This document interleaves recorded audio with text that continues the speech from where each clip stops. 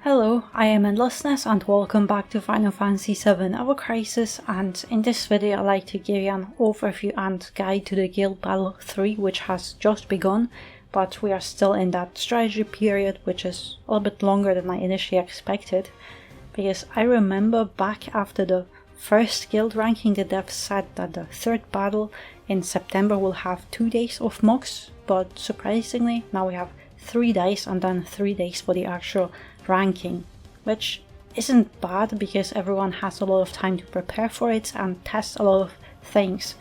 But this time we have Bahamut as the boss, and while normal Bahamut doesn't have any resistances, this modified Bahamut has strong resistance to all elements for the majority of the battle, and only near the end after Mega Flare he loses that resistance, meaning that we need non-elemental weapons here.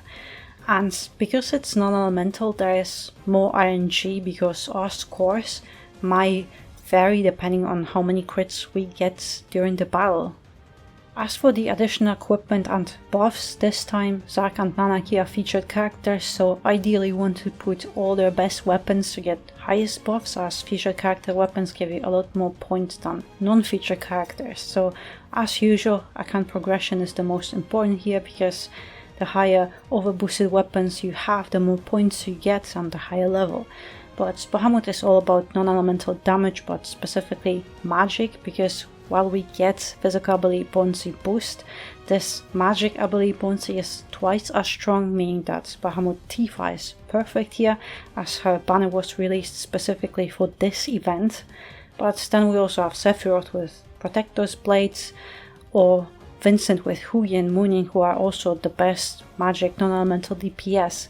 But honestly, all Bahamut banners are viable here, but for this specific event, Tifa is just the best because she's the only magic DPS there.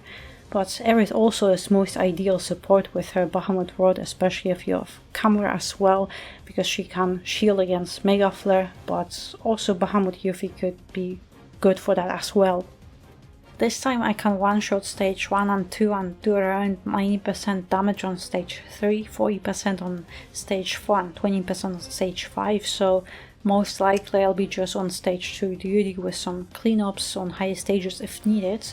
So I have 2 teams for Bahamut, rather the same team with a slight variation, because they are not ideal and rather subpar, because my only DPS, magic DPS, is Sephiroth.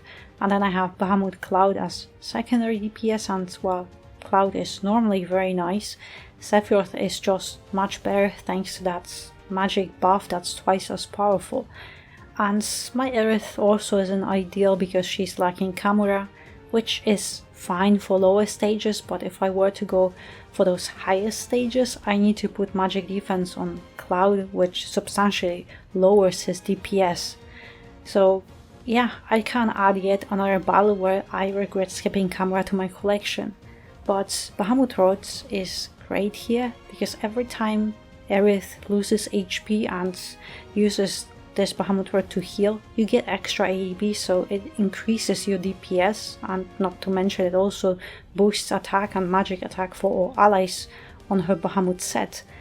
And I also find Sun Umbrella isn't a bad alternative in secondary slot to lower Bahamut's defenses, so your DPS characters do a little bit more damage. But ideally you want Aerith with Tifa, Sephiroth or Vincent. Also, if you have max summons, they are quite powerful, and it's nice to use them over normal limit breaks. At least they do a little bit more damage than those normal character limit breaks for me. And normally I would use Kuja on Sephiroth against that Mega Flare, but Cloud's limit break works actually great for just this one situation, so that's why I don't have Kuja in secondary slot for Sephiroth. And also, by the way, if you are using any damage buffing abilities, I can recommend Buff Debuff Extension. Lately I have been trying to upgrade those weapons specifically for Sephiroth for his Genji buffs to last longer, and the same for Cloud's Glavenus buffs, but I'm finding that extended duration of those buffs amazing, especially in this battle, because Sephiroth can go pretty much the whole battle with those 4 magic attack stacks. So this is my setup for lower stages. So Bahamut Aerith with Sun Umbrella, Shiva, and all her materia just magic stat sticks, and I also tried giving her my best magic and ice weapons that I have available. Then I have Cloud with Bahamut set, Glavenus and Ramu, and also all physical attack stat sticks, and I tried to give him some weapons with buff debuff extension to make his physical attack buff last as long as possible. And then I have Sephiroth with Protector set, Leviathan and Genji, and also all magic attack stat sticks, and similar to Cloud I also tried to put as much buff debuff extension as I could to have his Genji buffs last as long as possible.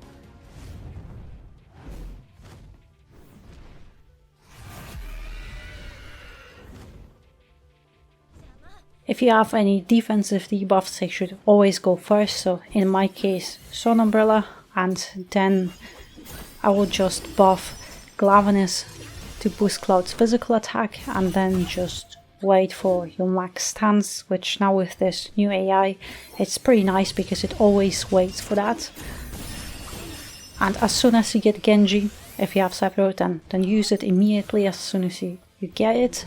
But with Aerith, she pretty much always gets targeted in my case, so I just wait with the AEB to heal, to get that extra AEB on my DPS characters, and for the majority of the battle it's just juggling between them to maximize the damage. And with Aerith, either debuff physical and magic attack with Sun Umbrella, or wait for those Umbral strikes to get that extra ADB, because in my case he almost always targets Aerith, so I just know to either cast Sun Umbrella or wait with ADB for those Umbral strikes.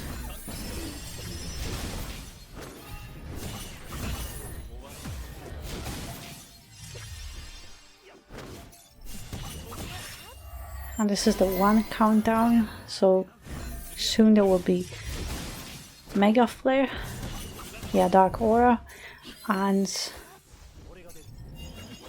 that should be fine. But here, the ultimate weapon, that's Ultimate Braver, to reduce magic attack, but also to renew that Genji buff. I hope I got that in time, if not, that's unfortunate.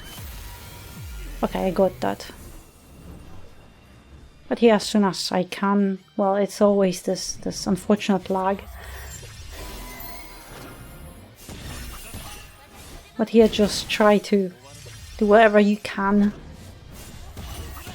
to do a little bit more damage, but I know I won't be able to kill it because it's stage 3, so I can get around 95%. And that's it. Hopefully one more. Yeah, luckily. And then just summons.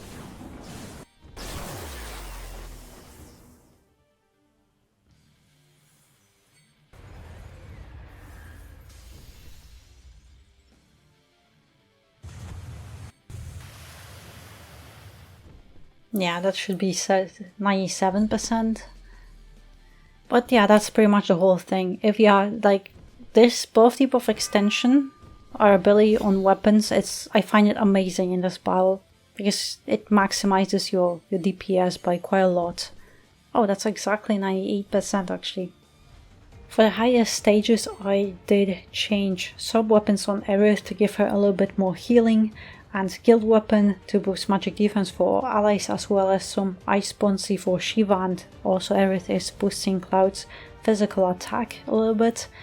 But Cloud is relatively unchanged, but I had to swap Glavenus for Bandage Sword for that magic defense buff to counter Bahamut's MDEV debuffs, and Sephiroth is unchanged.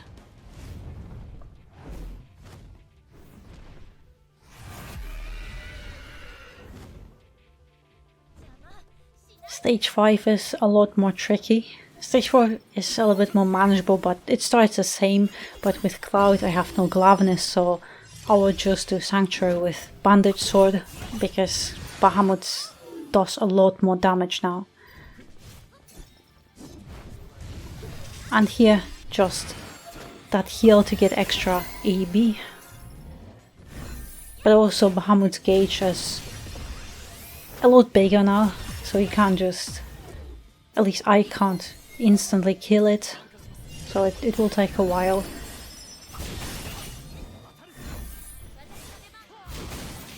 That's annoying, Sephiroth got target. It's fine.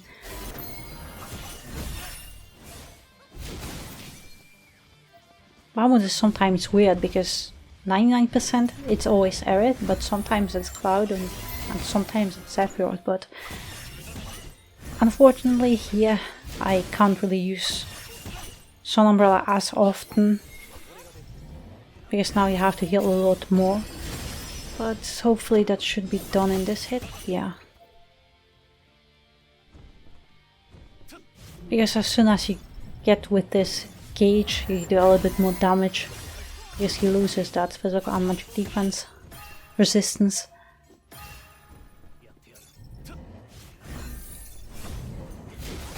But also Dark Aura.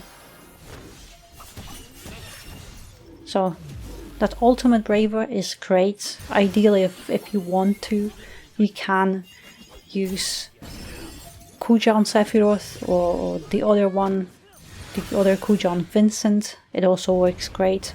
But in my setup, when I don't have other characters, that's ultimate braver is actually great for me.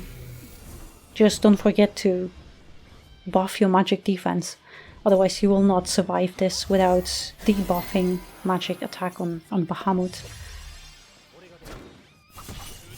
And also this lag after Mega Flare, I wish we did not have that, but unfortunately it's just something we have to deal with. And I think that should be one more, hopefully.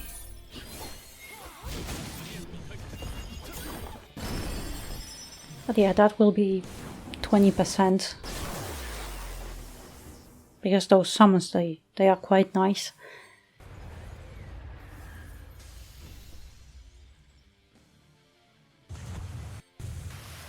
But yeah, that's pretty much the whole thing. Actually, yeah, maybe 21, close. But unfortunately it just depends on your setup, what you have, what characters you use, what overboosted weapons you have for them, but ideally you just want to use non-elemental magic attacks, so Vincent, Sephiroth and Tifa. That would be ideal, but if I don't have that, so I just work with where I have available that's best, so just everyone has to do that. But yeah, that would be all. So thank you very much for watching, and I hope you found my video helpful. And in the meantime, I'll see you next one, I hope.